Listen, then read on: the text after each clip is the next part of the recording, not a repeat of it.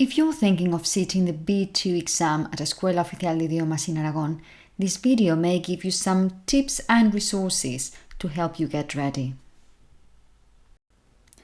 You can find all the links mentioned in this video, as well as the video itself, if you click on this link, which will take you to my blog. You can find this link if you open the description below.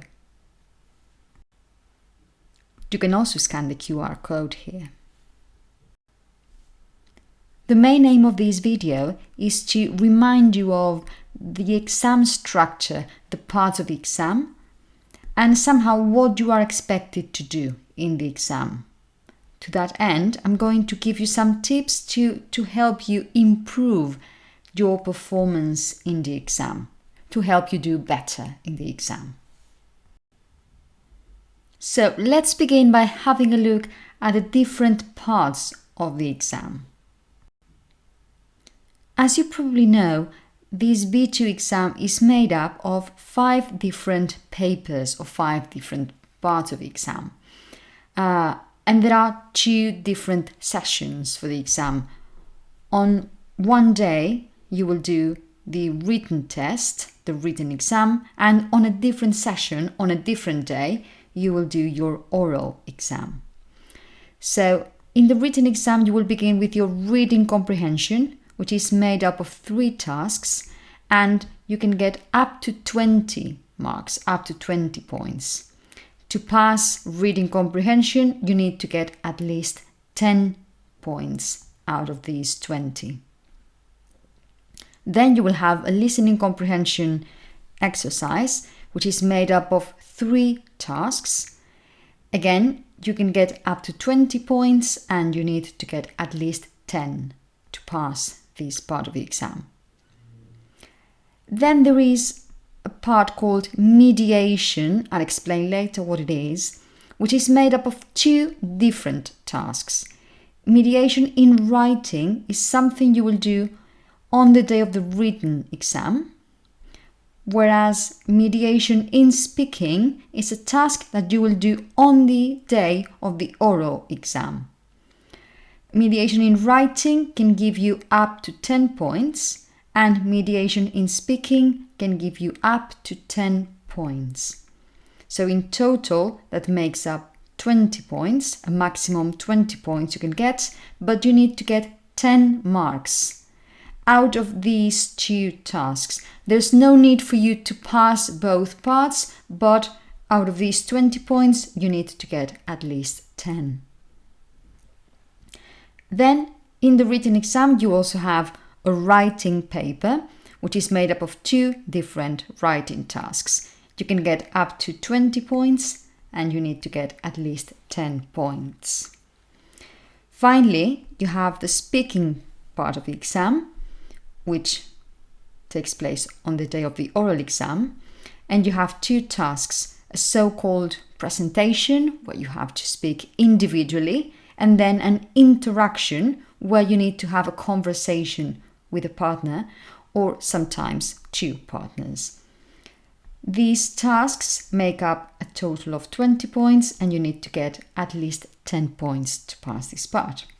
So as you can see, the total sum is 100 points, and you need to, as I say, at least get 10 points in every part of the exam. And if you want to get your B2 certificate, you need to get 65 points out of a total 100. You may get different results depending on how you score, how you do in the exam. If you get something like apto certifica, it means that you have passed all 5 parts, you have got at least 10 points in every single part of the exam, and the total sum is 65 or higher. That will mean that congratulations, you get your B2 certificate, and if you want to, you can sign up for C11 at Escuela de Idiomas. You could also get something like apto no certifica. It means that you have passed all 5 parts, you have got at least 10 points in every part. However, the total sum is somewhere in between 50 and 64. You haven't reached 65. What happens then is that you won't get your B2 certificate. You could still sign up for C11 at Escuela Oficial de Idiomas if you wanted to, but you wouldn't get your B2 certificate if you haven't got at least 65 points. If you see no apto, it means that either you have failed one part or several parts of the exam, and then the total sum is not taken into consideration. If you have failed one part of the exam or several parts of the exam, then you are no apto, and so you won't get your B2 certificate and you won't be able to sign up for C11.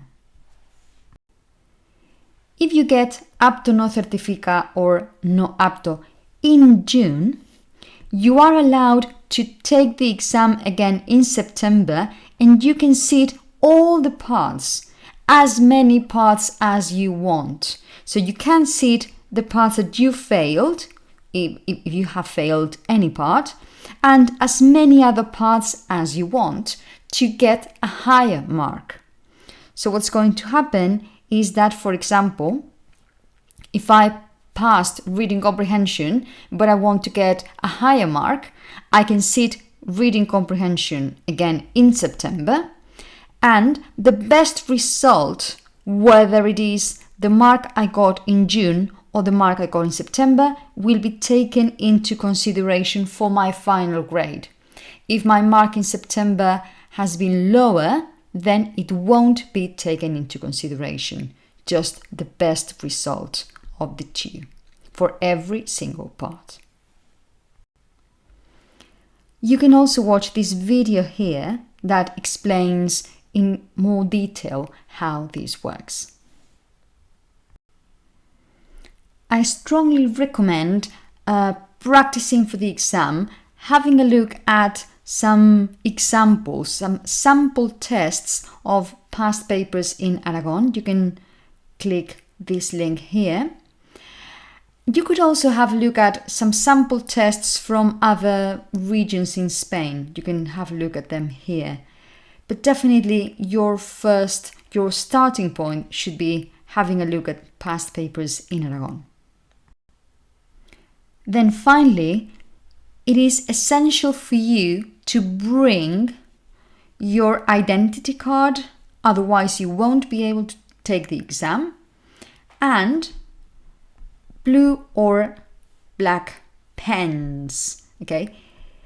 Bear in mind that they can't be erasable pens. No, these are not allowed. They need to be standard pens, okay?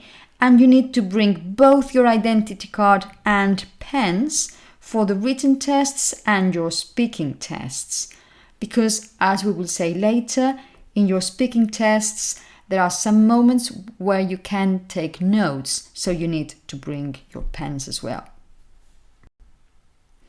For both your written and speaking tests, you need to arrive at school at least 15 minutes before the start of the exam. Otherwise, you will not be allowed inside the classroom, so you won't be allowed to take it. Let's have a look then at the different parts of the exam and how you can train and prepare for them.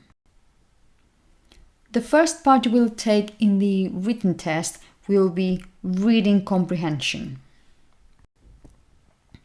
As I said before, this part of the exam is made up of 3 different tasks. Typically, task 1 includes a text with some fragments, or where some fragments have been removed from the original text, and it is up to you to put these bits of text back where they belong. Probably there might be some extra sentences which you do not need to use. The second task typically is a multiple choice task. You usually have some 7 questions and you have 3 possible options for each of these questions. So you need to read carefully and make sure that you're choosing the best answer. And then the third task is actually it's a mixture of reading comprehension and perhaps grammar and vocabulary test as well. You will find some gaps in the text, and you need to choose whether the best answer is A, B, or C. So as I say, you have to make sure that the word you're choosing makes sense in the context of a text. That's why it's reading comprehension. But sometimes it's also going to be a question of grammar or vocabulary. You need to know the meaning of these words, otherwise it won't make any sense. Let me give you some tips for the reading comprehension paper. If I were you, I would read the questions very carefully before you actually read the text. So have a look at the questions first and then go back to the text. Because that way, if you know what you're going to be asked, then you're going to be focusing on these questions and you will be looking for the information you need to answer the questions. Don't rush, don't do things very quickly. You have enough time to do all three tasks. Typically, most students finish well before the end of the allotted time. So just take your time and, as I say, don't rush. Make sure that you're understanding everything carefully. Read the text looking for clues in the text. Probably if you read carefully, you're going to find clues in the context. So as I say, again, this has to do with this. Don't rush and look for something that's going to give you some extra information. When you read the multiple choice questions, especially in task 2 and sometimes in task 3, read carefully because the difference between one option and another may be very subtle. It might be a very small difference, but it's going to make all the difference because one of them is right and another is wrong. If I were you, I would answer all the questions because even if you get the answer wrong, you're not going to lose any points because no points are subtracted if you get a wrong answer. So you have nothing to lose. Just answer all the questions. Even if you don't know what to say, just choose something or write something. Some young students might find this reading comprehension part a bit boring and they might not put a lot of effort or energy into it. But remember that every little helps. You need to get 65 points out of 100. And so imagine if you get 64 points because, for example, you were not paying close attention to one of the reading comprehension questions. And perhaps later you might think, oh, if I had paid close attention, if I had read more carefully, I would have got the extra point I need. So remember, pay close attention to everything because every little helps. The second part of the exam is again comprehension, this time listening comprehension. Again, listening comprehension is made up of 3 different tasks. Typically, the first one is going to give you a series of headings and you're going to listen to several extracts, bits of sound from the same podcast or interview or recording, whatever. So what you have to do, you have to match the extract to the right heading. And again, you're going to have probably extra headings that you won't be using. The second task, just like in reading comprehension, is a multiple choice exercise. So you have 8 questions, and for each of these questions, you have to choose the best answer, A, B, or C. And then the third task is going to give you some 10 sentences with some gaps that you need to fill with words that you hear in the recording. What tips, what suggestions can I give you? Okay, before you listen, for every task, you're going to be given some time for you to read the questions. So please take the time to read the questions. That is essential. When you're listening, don't try to understand every single word. You might be good at listening, so perhaps you'll understand everything. But even if you don't, what you need to actually hear and understand is the information you really need. So if there's something you don't understand, don't be obsessed about it unless you really need to understand it. Again, just like I said with reading comprehension, for multiple choice questions, be very careful because the difference between perhaps option B and option C might be very small. There might be slight differences. So make sure you understand the difference between one option and another and make sure you're choosing the correct one. What might happen again for multiple choice exercises, be careful because sometimes the answer or one of the answers might contain the exact same word that you hear in the recording. But be careful because sometimes it might be what we call a distractor. For example, they might use exactly the same word, but in the recording it's used in a negative sentence, and in the answer they're using it in the affirmative. So read carefully and, as I say, make sure that they are actually saying that the meaning is the same, even if you hear exactly the same word. And then, just like I said before, remember that if you get an answer wrong, nothing's going to happen. You're not going to lose points. So please answer all the questions. If you want further tips for listening, you can click on this link here, which will give you further tips for listening comprehension. Just like I said before with reading comprehension, remember that every little helps, that every point you can get helps towards getting your 65%. So I know that some young students might perhaps feel that they are good at listening and that listening to the recording the first time is enough. And perhaps they may not pay close attention the second time that the recording is played. If I were you, I would pay close attention both times and I would make sure that you're reading and trying to understand carefully what's being said. Because, as I say, sometimes you may just make careless mistakes that if you paid close attention, you might get the answer right. Okay? So don't get bored. I know that some of you might get bored, but please try to keep focused and pay attention the whole time. Now, let's move to a part of the exam called mediation. If you have already taken a B1 exam, then you're familiar with it because it's exactly the same.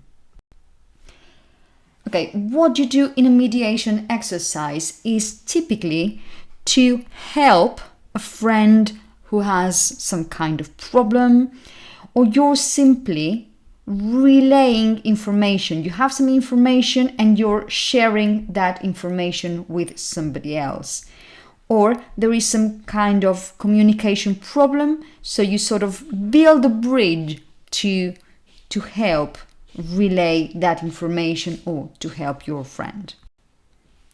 As I said before, mediation is made up of two different tasks, and the first one is something you will do on the day of the written exam. It's called mediation in writing. Typically, you're going to be given a text and a friend of yours needs some information about this topic, but they can't read the text or they can't understand the text completely.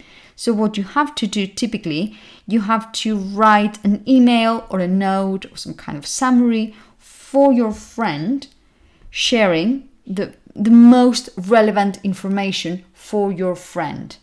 It is essential for you to read the instructions very carefully and make sure that you do exactly what you are told to do.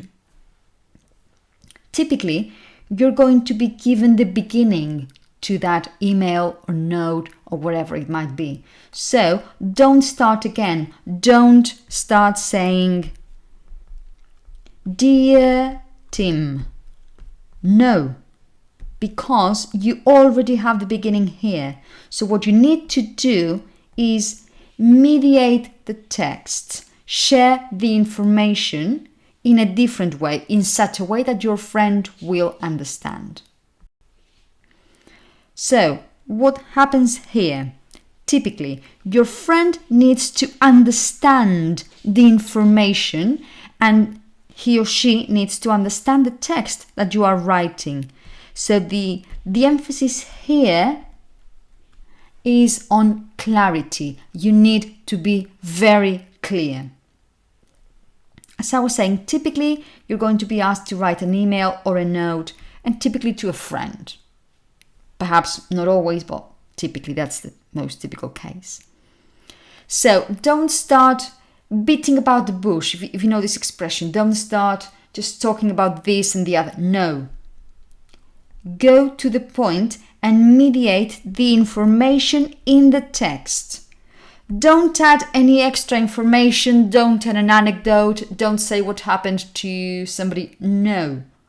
Just summarize and share the information you have in the text. In this kind of exercises, there are some strategies that you need to use. Typically, number 1, you need to summarize. You need to describe the main ideas of a text for your friend. And perhaps not every single idea, perhaps just the ideas that your friend needs for the particular situation described in the instructions. Okay? That's the second strategy. You need to select some of the most relevant points in the text. Okay? But you need to decide what is important for your friend, thinking of the context described, and talk about those points. And as I said, there might be some cases where some bits of information are not relevant or perhaps totally useless. Okay. Something else you need to do in the mediation in writing exercise is to rephrase, to use different words from those appearing in the text. And that tends to be difficult for many students, okay? So what you need to do is to perhaps use synonyms or to explain what appeared there. And many times you also have to adapt the language, because sometimes the instructions might say that your friend's English is not very good. So you need to use a simpler language, a lower level of language probably. That's why you need to adapt the language. If you want to know the criteria that are used to assess your mediation tasks, you can go to the exam specifications and the criteria are described there. You can also have a look at these checklists.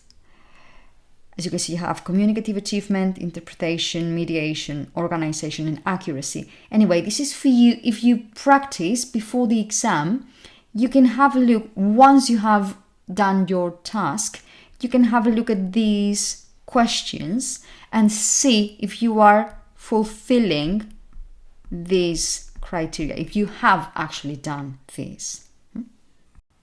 Finally, these are some resources to help you write your mediated text, because many times you're going to be giving, for example, 4 or 5 points. So many times you have to add information. So to add 1, 2, 3, 4, and 5 points, you need to use some linking words to add information. Typically, you're also going to be giving some advice or some tips. So this is how to use these words correctly. Have a look, just in case. Probably you'll also be recommending or suggesting things. So be careful, because these verbs have a tricky grammar structure. So have a look at this link here. And many times you're also going to be using the word also. So here's how to use it correctly, because many times some students do not use the correct word order for this particular word. So have a look at this information here. This is just an example of a mediation task that I prepared. So if you want to practice, you can click on this link and you can do this task for you to practice before the exam. You can also find lots of resources, tips and other sample tasks if you click on this link here.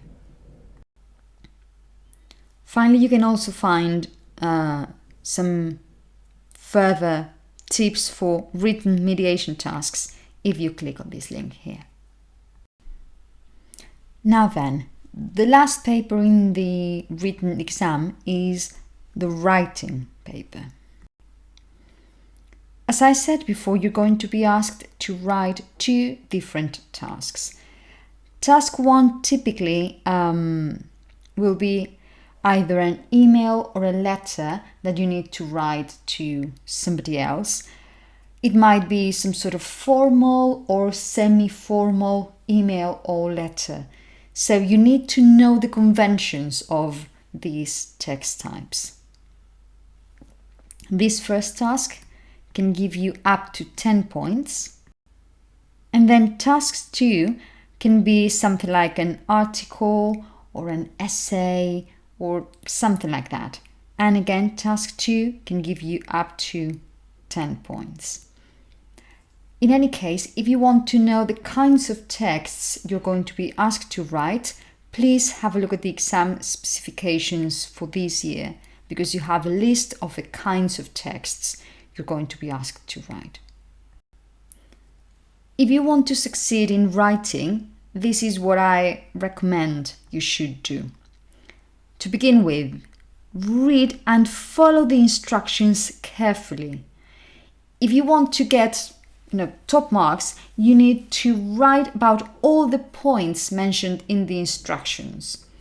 What happens sometimes is that students just read very quickly and they might write about the general topic, but they do not talk about the specific aspect of a topic mentioned. Or perhaps if they read very quickly, they write about something else. So please read carefully and mention all the points that you're asked to write about. Okay? On the day of the exam, you'll notice that you're given draft paper. And there's a reason for it, because you need to write a draft. If you simply start writing your essay or your letter or your email or whatever without thinking of a draft first, many things might go wrong. You might start writing something you don't know how to finish. Your structure might be terrible. You might make mistakes, grammar mistakes, or perhaps when you have finished, you come up with a brilliant idea that you would like to use, but you can't because you've already written it and there's no place for you to include that new idea. So please take some time to think of what you're going to say, make a draft. You don't need to write everything, but just make a list of the ideas you'd like to mention, and then think also of the expressions you're going to be using to convey those ideas. Remember to use the conventions of a text type. If you need to write a formal email, there are some structures and some conventions that you need to follow. For example, if you're writing a formal text, you can't use contractions. If you're writing an article, perhaps you need to start with a title. So these sort of things, okay? Please, that is essential, remember to arrange your ideas into paragraphs. And, together with that, remember to use the right punctuation. There are lots of punctuation signs in English and in Spanish as well. And sometimes I may read, written tasks that are just comma after comma after comma. Please remember there are stops, colons, semicolons. Okay. I will talk later about the wow effect. Basically, you need to impress the examiners. Then, once you have written your text, read it again before you hand it in. Make sure that it makes sense, that your ideas can be understood, and check your grammar and vocabulary. Check for mistakes. Okay? And definitely practice in advance. If you've never written or if you haven't written the kinds of texts you're going to be asked to write in the exam, probably you're not going to pass it, because you definitely need to train before the exam. I have mentioned the wow effect. What do I mean by that? Okay, typically you might say that teachers only use a red pen to correct your writing tasks. However, what we really want to use is our green pen, because when we're having a look at your writing, we need to be able to underline, circle, and highlight all the beautiful expressions that you're going to be using, all the nice grammar structures, and everything that you have written that is going to make us go, wow, that was good. That's a very good sentence. Okay? So, why do you need to do that? You need to impress us because you need to show off your level. You may write a piece of writing which is more or less correct, not many mistakes, but very basic. And it might be good enough for A2 or B1, okay? But what is the difference between a B1 piece of writing and a B2 piece of writing? That it shows off that it's a B2 piece of writing, including nice grammar, nice vocabulary, nice linking words, which are suitable and showing the level. Okay? That's why I talk about the wow effect. And you need to show that your level is up to B2.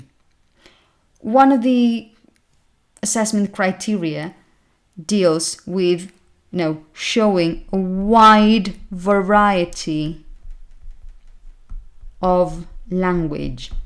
That's 25%. And many people get 0 or a very low grade there because they don't show a wide variety of language. So you need to do it. Okay? Have a look at this. Stop the video if you want to and analyze this text. Decide why this is a good written text for B2, or perhaps why this is not a good text for B2. You can pause the video now if you want. Okay, there are several wrong things here. To begin with, there are lots of commas that should be stops. There's a woman I really admire. Stop, new sentence. Her name is Malala and she's aspiring. Stop. She's being smart, she fights for girls' education all over the world. Stop. New sentence. Okay.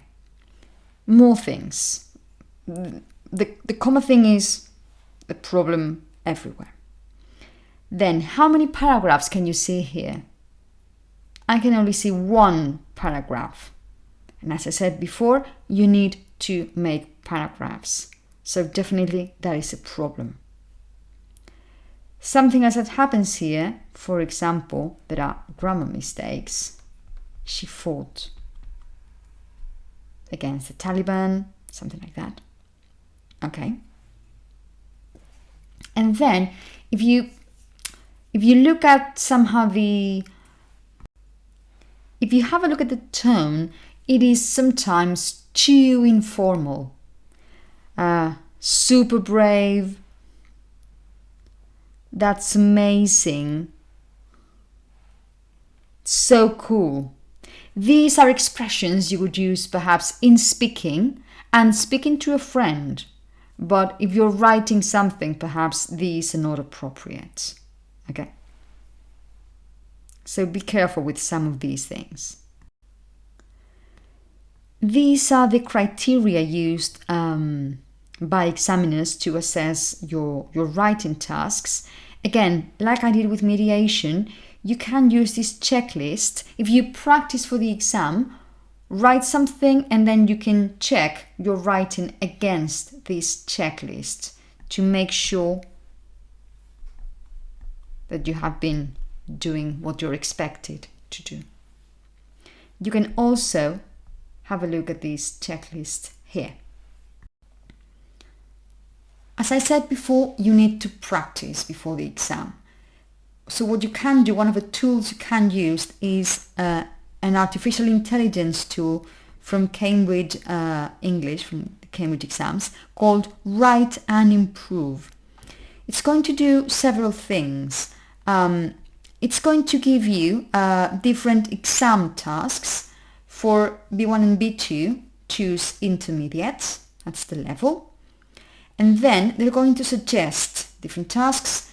So what you can do is type your text into Write and Improve, or if you want to, you can just use a Word document or a Google document or whatever, and then copy and paste it onto Write and Improve. So the artificial intelligence tool is going to spot your mistakes. It's going to tell you, be careful, there's a mistake here.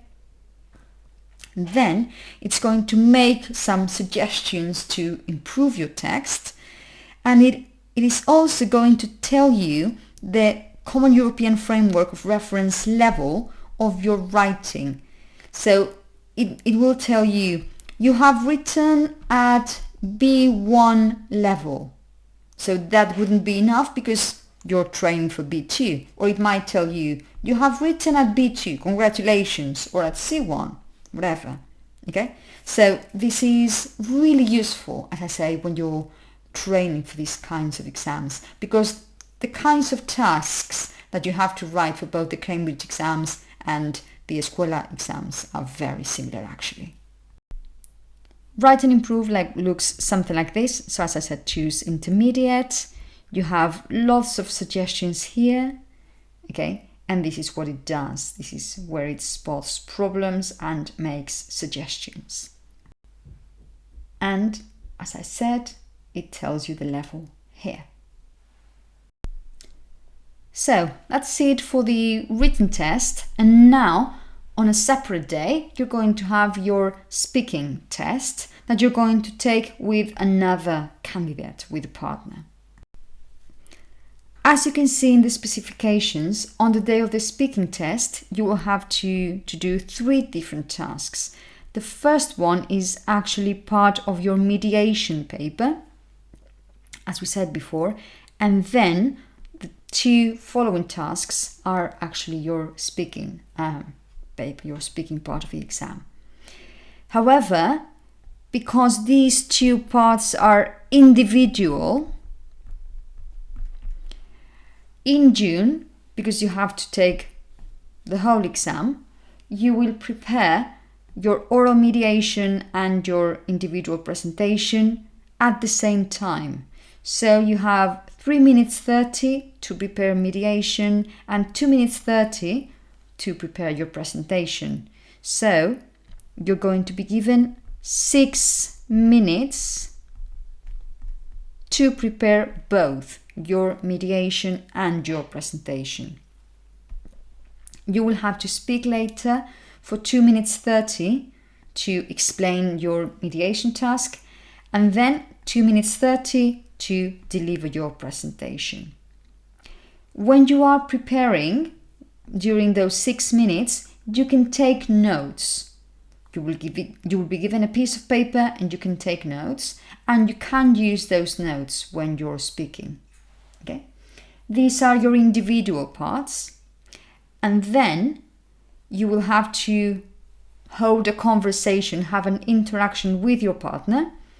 You will have 2 minutes to prepare it, but you can't take notes this time. And then you will have to speak with your partner for 4 minutes. Sometimes it may be 3 students having a conversation together. In that case, you would have 6 minutes to speak. Typically, because you're going to be preparing mediation and your presentation together, what examiners tend to do is to ask student 1 to do their mediation task.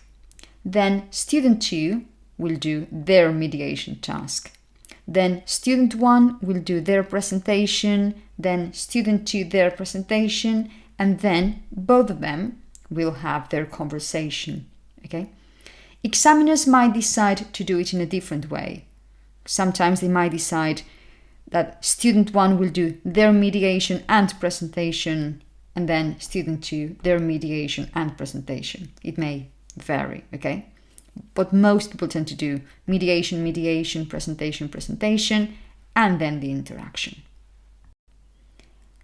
Okay, as for mediation, this is what a standard mediation task will look like. Typically, you're going to be given the instructions and the context. The same happens here as with the mediation in writing. Typically, you have a friend who needs some kind of help. So you have some information and you have to share that information with your friend. The kinds of text you're going to get the text in Spanish and you have to explain it in English. But typically, they are not, a full text, but you have bits of text. Many times these are tips, recommendations, things to bear in mind. Okay, so this is what it looks like. Okay. So, what you need to do, the mediation strategies you need to follow are very similar to the ones in the mediation in writing exercise. You need to summarize, describe the main ideas for your friend, but again, you need to select the relevant points of a text for your friend. So if you have 10 points here, perhaps all 10 points are important, but perhaps some of them are more important than others, or there might be 1 or 2 that are totally relevant. It depends on the context, it depends on the instructions here. Okay? There is no need for you to explain number 1 first, then number 2, then number 3. No, because perhaps number 1 is not relevant, or perhaps it doesn't really matter. And, you could start with number 4 if you think it's more important, or you can explain it more clearly. Up to you, okay? It is true that you need to try and share as most relevant information as you can, okay? And then something else to bear in mind, try not to translate word by word, okay? Because you can use synonyms, and remember that you have typically to adapt the language. So, as I say, try to explain rather than translate. Then, after the mediation in speaking task, then you will start your speaking exam, and you will start with what is called exposición.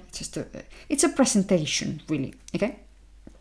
And typically you have instructions, and you're going to be given some points, typically some questions for you to talk about, okay? You have 2 minutes 30 to prepare it, and then you have to speak for 2 minutes 30 as well. As I said, think of it as a presentation. Some people think that this is like a quiz show on television, that that you're given questions and you need to answer the questions and say something very quickly. No, the questions are there to help you structure a presentation. Okay? So, if you have some questions like this, okay, this is just somehow giving you the structure. If you're given some 5 questions, perhaps you can choose 1, 2, and 3. And perhaps you think, I'm going to start with this one, then this one, and then this one. So you don't need to follow the exact same order, and you don't need to answer every single one of them. If you have time, that's okay. But as I said, it's not a quiz show, it's not a competition. These are just guiding questions for you to structure your presentation. So, some students read the questions aloud again. Please don't. Examiners have the questions before them, so they don't need to know what the question says. Okay? What you need to do instead is to talk about the specific aspect of a topic asked in the question. If you think you need to mention the question, then rephrase it, use different words. But probably there's no need for you to say it, okay? Some students just go through the questions without any connection. They move from question 1 to question 2 without mentioning that they are changing the subject, okay? What you need to do is to use linking words to connect, okay, their ideas and how they are moving from one aspect to another. Many times students answer the questions in the same order. It's not necessary, okay? You can change the order to make your presentation more coherent. If you think it's better for your structure, that's fine. You can change the order. Again, some people think that they need to answer all the questions. What I would say is that you need to answer the questions you have something to say about. If you have time to say something about everything, that's fine. But don't get obsessed about it, because that's not the objective, okay? The questions, as I said before, are there to guide you, to help you structure the presentation. And then finally, just like I said with writing, you're going to be given draft paper for you to take notes. So use it wisely. Think of the ideas you're going to mention and think of, the nice expressions you can use, the grammar structures you can use. If you look at the specifications, you can have a look at the assessment criteria for your individual presentation. You can also have a look at this checklist, which is based on those criteria. You can click here to open the checklist.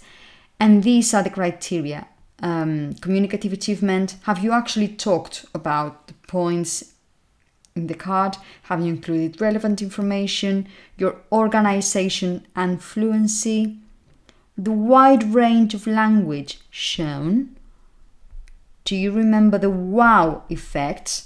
When you're speaking, you also need to show a wide range of language, a wide range of grammar structures, vocabulary, and using that accurately.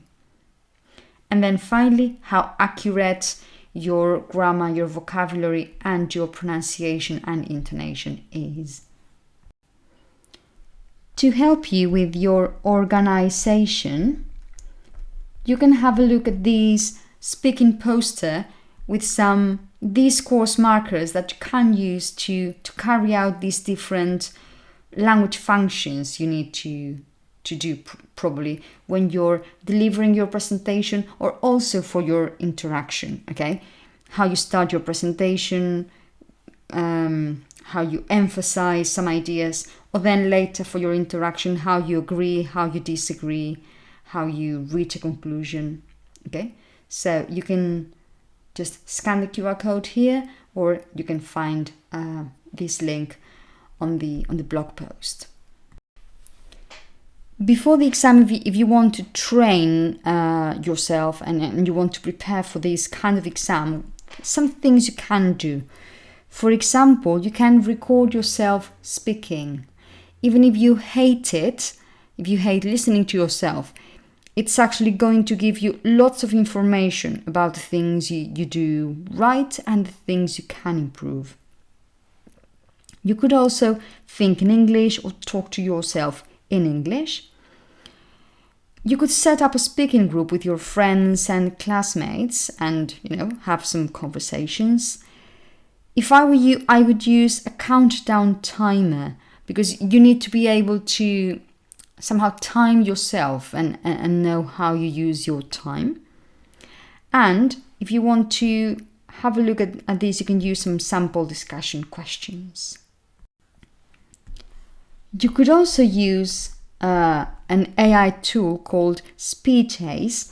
It's a website that has several, premium features, but it has a free speaking test. The tool will ask you some questions and then it will tell you the level at which you have performed. And it's also going to split it into different categories. It's going to tell you what kind of grammar you have used, what kind of vocabulary, how fluent you are, and what the level of your pronunciation. So again, it's going to give you lots of very interesting information about your speaking. Finally, if you want to have a look at the interaction, this is what an interaction may look like. You're going to be given some instructions and you're going to be given some 5 or 6 speaking points.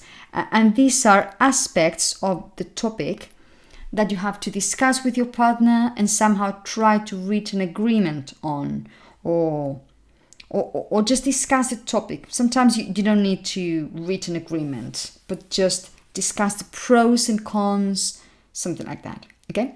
You have 2 minutes to prepare it, and you can't take any notes, and then you have to speak with your partner for 4 minutes. If you're a young student, many times the sample tasks you're going to be given may be related to studies, to hobbies, to, something that might be closer to your age.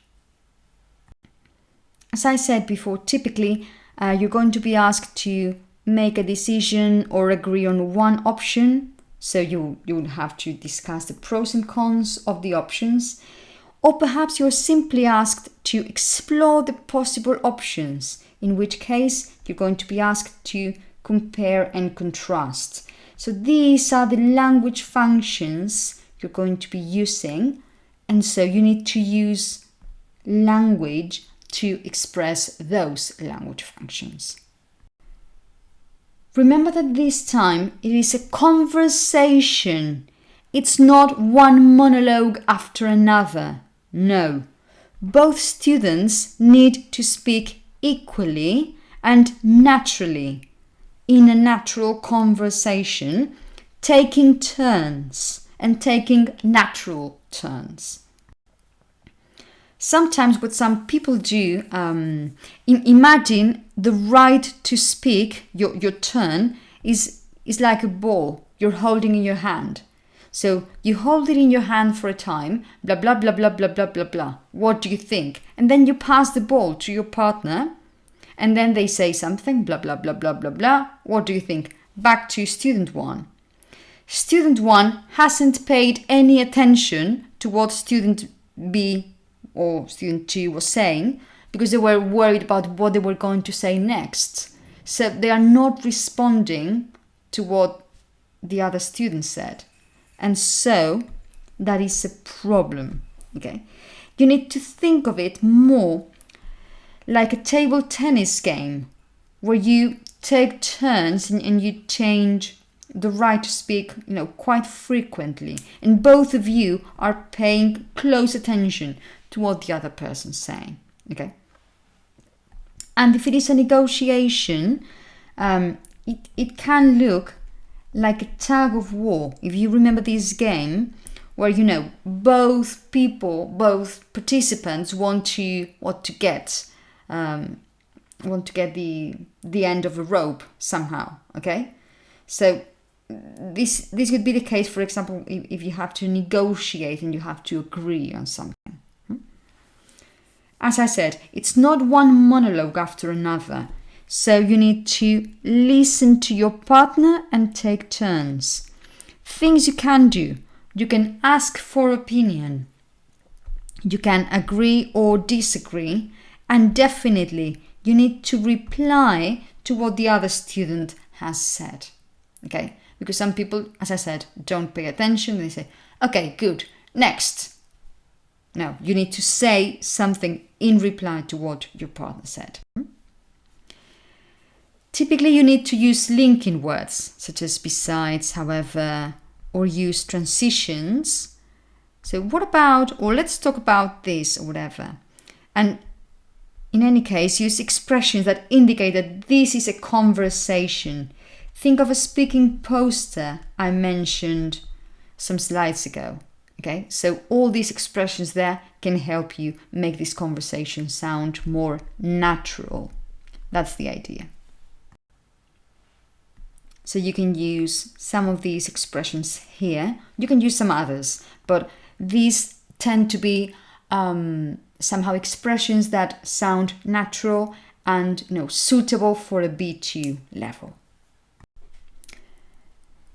What I'm going to mention now is something that applies for writing, for speaking, and for mediation as well. And it has to do with being accurate, with using language correctly. There are some grammar mistakes and vocabulary mistakes that can't be happening at B2. I call them scary mistakes because, you know, if you make those mistakes, the teacher examining you might go, oh my God, that is really scary. And I'm just joking, but, you know, if you want to know what kinds of things can't be happening at B2, you have a list here of, you know, typical mistakes that, as I said, can't happen at B2. You can just click here, you can go to the blog post and you have the link there, or you can scan the QR code to have a look at this list of, as I say, frequent mistakes that can't happen.